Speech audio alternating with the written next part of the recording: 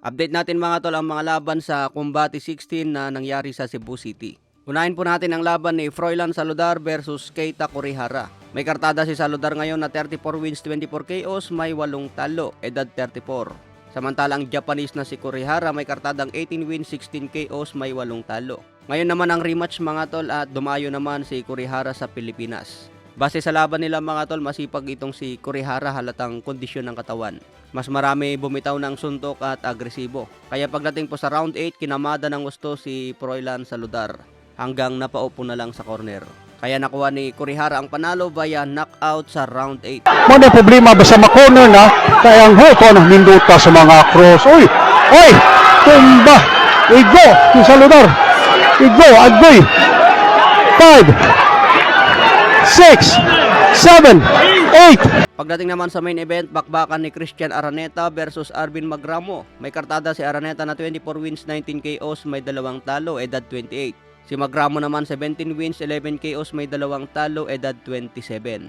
Ito ang bakbakan ng dalawang Pinoy mga tol at mabilis lang ang laban. Natapos lang ito sa round 1. Sa unang bagsak ni Magramo, tinamaan ng uppercut habang papasok ang kanyang suntok. Kumbaga nasa lubong si Magramo at tinamaan ng malakas. Nahilo ito at nagrogi kaya bumagsak. Pagdating naman sa kanyang pangalawang bagsak mga tol, tinamaan siya ng hook habang nakipagsabayan kay Christian Araneta.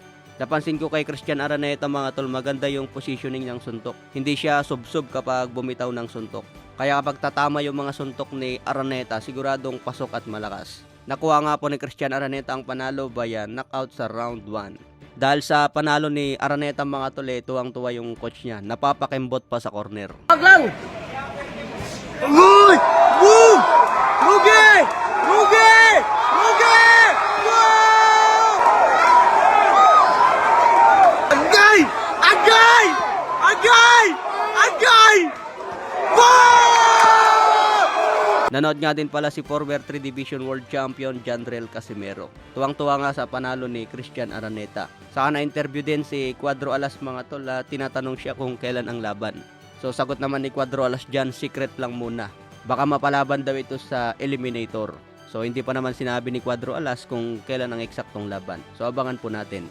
Sa ibang banda naman, Kit One Time Tourman nagsimula na mga tol dahil may mensahe agad kay Team Zoo. Panoorin po natin. Let's go! Real news, it's your boy Keith Thurman versus Tim Zoo. Coming to you, Las Vegas, March 30th, live, Amazon Prime pay-per-view.